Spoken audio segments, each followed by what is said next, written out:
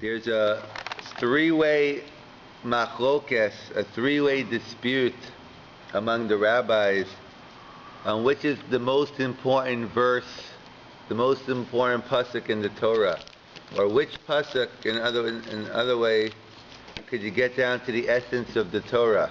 So if I had to pick one pasuk in the Torah, which pasuk would it be? What's Koel Kol HaTorah Kuo? Which verse gets down to the essence of the Torah? So the one opinion in the Medrash is Shema Yisrael Hashem Elokeinu Hashem Echad. That we all know the pasuk we say every day in davening, the belief in one God. That's one opinion. We'll elaborate on each one in a minute. The second opinion is V'ahavta l'reacha kamocha, a pasuk in Parshas Kedoshim, loving your neighbor like yourself. Those two are more understanding, but there's a third pasuk, Es hakeves echad taseh b'boker, Ves hakeves hashani. So the pasuk about the karban tamid, the pasuk about bringing a karban every day of the year. In fact, we bring it twice a day, once in the morning and once in the afternoon. So it's understandable whether we agree or disagree, but it's understandable to say Shema Yisrael being the most important pasuk.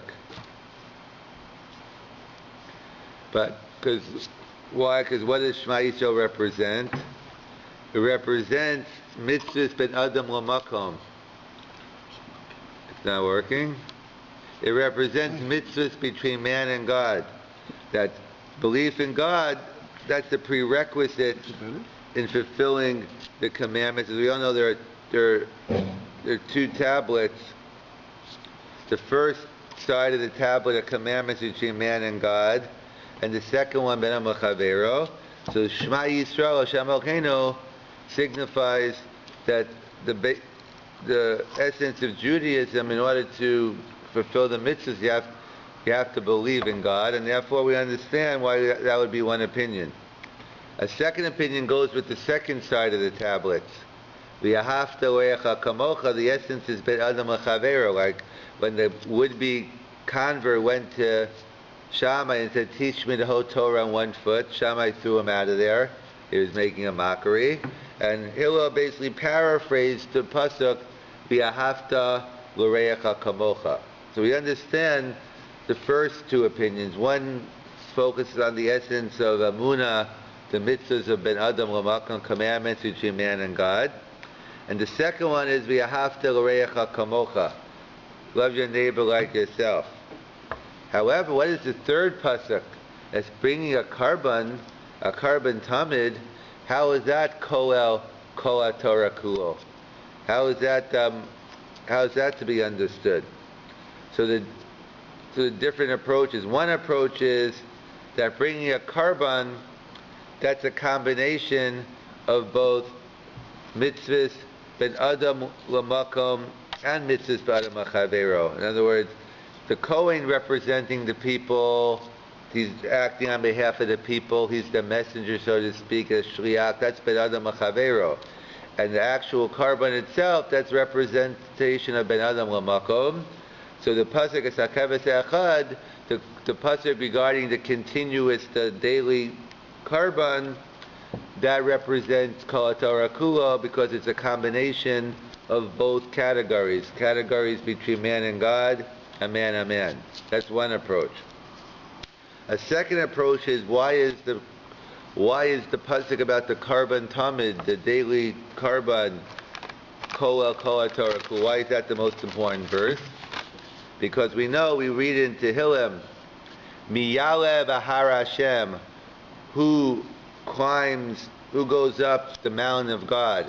And as we all know, at different times of our life, we get inspired, whether it's a certain event, a combination of many events, whether it's after a Friday night davening, whether it's after a Yom Kippur, whether it's after a Shabbos, whatever it might be, some type of retreat we go to, or this a Sunday morning share does it for you, whatever it does, but people get inspired. However, that's one level. But as the pasuk continues, Miyala Bahar Hashem is one level, who climbs the mountain of God. But there's a much higher level, who stays up there. That we know that day in, day out, we all have our good days, our bad days, good years, bad years, good months, or that we all go through different trying times, whatever opportunities, obstacles, whatever you want to call them. And the trick is that during all times we have to show our dedication to God. For instance, they point out, the Chazal tell us, Nebuchadnezzar was going to write a book to put David's book of Psalms of Tehillim to shame. And the Malach, the angel, came by and gave him a little patchi on the mouth. So the question is, what happened to free choice? Bechira Chafshis. If the Nebuchadnezzar could write something greater than Tehillim, why stop him? And the answer is, no one stopped him. They just gave him a little patch. In other words, the greatness of David's Tehillim isn't so much in the Tehillim itself, which of course it is inherently great as well, but how did David write it? David was running away from his son who was trying to kill him, running away from Shaul. His whole life was from one tragedy from another. It's one thing when you're sitting down on the beach by the nice breeze, you have the guitar going, you could develop the mood and write some poetry, write some song lyrics. But when you're on the run, running from your life, hiding in a cave, doing this, and then you could write Tehillim. That's, no one stopped the Nebuchadnezzar, but it wasn't in the mood anymore. Okay, I'm not going to write it anymore. It's one thing to get inspired by the nice breeze, you go to a nice, beautiful site, Niagara Falls, or if you're going to Austria, the Austria Alps, or the Swiss Alps, whatever it might be. But it's easy to get inspired then, but the trick is to take it back with you. And that's what the pasuk's coming to tell me. That during all seasons, it's a day in, day out. We bring this carbon every day of the year. 365 days in a solar year, 354 in a lunar year, 383 in a lunar leap year. Every day in, day out, it's the same avodas Hashem. And that's what this pasuk comes. In fact, that's why they point out, the Gemara talks about in Shabbos about the concept of an Adam kosher. I mean a mensch, basically someone, it says, someone who doesn't cry, go to a funeral of an Adam kosher, so they have negative things to say. But what is an Adam kosher? What does it mean, being someone who's a kosher mensch, whatever that means exactly? So we know the Avnei Nezer has a beautiful explanation. You know, there's a concept of a treifa. It's usually it's used for animals, but even for humans. Someone who's not going to live 12 months. Let's say an animal which has a hole in its lungs, and then it's not going to live 12 months, so therefore it's not a kosher animal. So the Mefarshim, what's the 12 months thing? Because 12 months basically is a year. You go through the 4 seasons. So too, it's not just limited to an animal. Just to live the 4 seasons is one thing, but for Adam kosher, someone who serves God in all seasons, winter, summer, spring, or fall, during the good times and the bad times. It's the day in, the day out consistency. We all have bad days, but we have to do the best we can under those situations. That's what the pasuk's coming to teach me. Yeah. Was there any reference to a man who carried weights and measures that were good? Like going to the market, they didn't use shady weights that weren't exact. So I think I remember seeing somewhere about that's a Adam kosher. Yeah, that's one. Yeah, that's one. Yeah, one of the examples. Yeah, one that in terms of it, right? In terms of it, carry. When everyone else is stealing around you, you have your honest weights and that, right? So that's the second explanation. The first explanation, this pasuk, is a combination of mitzvahs between man and God, and man and man. That's why it's the most important verse according to this opinion. The second opinion is it's consistency day in, day out. Perhaps it's a third category. We're all familiar with 2 categories. Mitzvahs bet adam l'makom, between man and God. Mitzvahs bet adam l'chaveiro. But there's a third category. Ben adam li'atzmo. between you and yourself, you and God, a person's potential. As the Vilna Gaon writes, Al Shosha Dvarim Ha'olam Omen, and three things the world exists: Al Torah, Avoda, Al Gemilas Chasadim. So Avoda, Tefillah, that's Ben Adam Lamakom. Gemilas Chasadim, loving kindness, that's Ben Adam Chavero. But Torah, that's your own potential. Or let's say, we're going to say on Rosh Hashanah, Tshuva, Utfila, Utstaka. So Tefillah represents Ben Adam Lamakom. Tzedakah, Ben Adam Chavero. Tshuva is to be honest to yourself. As the Rambam points out, that we know Yom Kippur and the time of Tshuva is the happiest day of the year, because what does sin do to us? When a person sins, it causes separation between us and God. So when you remove that barrier, that separation, you consider L'fnei Hashem. That's the whole idea of going to the Beis HaMikdash, Simcha and Yontiv. So someone naki min hachet, someone clean from sin, that person has the potential. And that's what they point out. We know there are, for 610 mitzvahs, we know the halacha is Yarbo of al Yarog. If someone's life is in danger, so you know, if it's Shabbos, someone has to go to the hospital, you take them to the hospital, you go yourself. We suspend the laws of even Shabbos for someone's health. However, there are three exceptions to the rule. That for three things, one has to be willing to give up the life al Kiddush Hashem, and that's known as the big three: Gila Arayis, illicit relations; Avodah Zarah, someone puts a gun to you and says worship idols; or to murder someone else. So we understand the 610. It makes sense that why should I die now?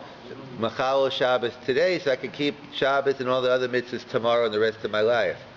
If Chazal are telling us that you have to give up your life, so they're saying better to die a life of purity than to die, better than to live with these sins on your soul. So what's so bad about these three sins? So they represent three different categories. So Avodah Zarah is obviously, it's a category of serving God, the Enam Lamakom, the first side of the tablets. And then within that you have so many different mitzvahs. But where is the end of the line when you've gone too far? When it's no longer Hashem Echad, when it's Hashem Acher, when it's a different God, you know you've gone too far, and you have to be willing to give up your life for. But Adam Chavero, we have many mitzvahs interpersonal. But when you've gone too far, when you've killed someone else, you've reached the end of the line of Ben Adam Chavero. So what category is Gila Rayis? Because we all live in a society where, what's the big deal? Two consenting adults. Who cares? Wife swapping. If the spouses don't care, what's wrong with it? And that's the Western society view. Who am I hurting is always the question. And from a Western society point, maybe it's a good question. You're not hurting anyone. But from a Jewish perspective, you're killing yourself.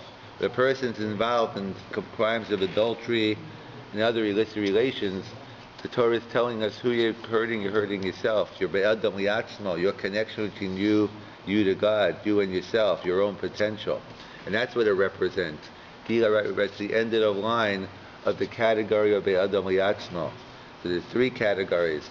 That idol worship is the end of the line of be'adam lamakom, murder is the end of the line of be'adam chavero, and gila rayis, illicit relations, is the end of the line of be'adam li'atzmo. So perhaps we could say this is the three-way machlokes in the Medrash. The first opinion says the most important verse is Shema Yisrael Hashem Eloheinu Hashem Echad. That's the Ben Adam Lamakom. That's one pillar. The second opinion is V'ahavta Orecha Kamocha. That's Ben Adam Chavero. Perhaps the carbon, which is loosely explained as sacrifice, is really a misnomer, because the word sacrifice implies I'm giving up more than I'm getting. And when you're gaining more than you're getting, it's not a sacrifice. Like parents for the children, don't feel the sacrifice, things they're getting more out of it. Karban comes from the word karev, to come closer to God.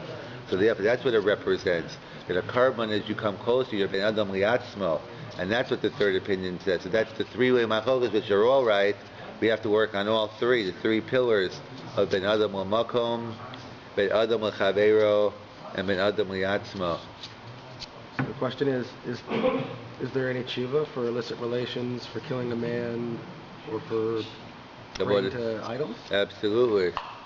There is a tshuva, but I'm saying, but the chiddush here is better that a person, again, there are always exceptions to every rule and depending on the details, to make sure this is something that one, because if you don't have to give up your life, then then you're not allowed to, the Rambam writes. You have to get all the details down, perhaps there are cases where maybe a person could be willing to give up their life to save a whole town or a whole city, or a woman, we see Esther, she was willing to commit, assuming she was married, according to some, she was able to live with Achashverosh.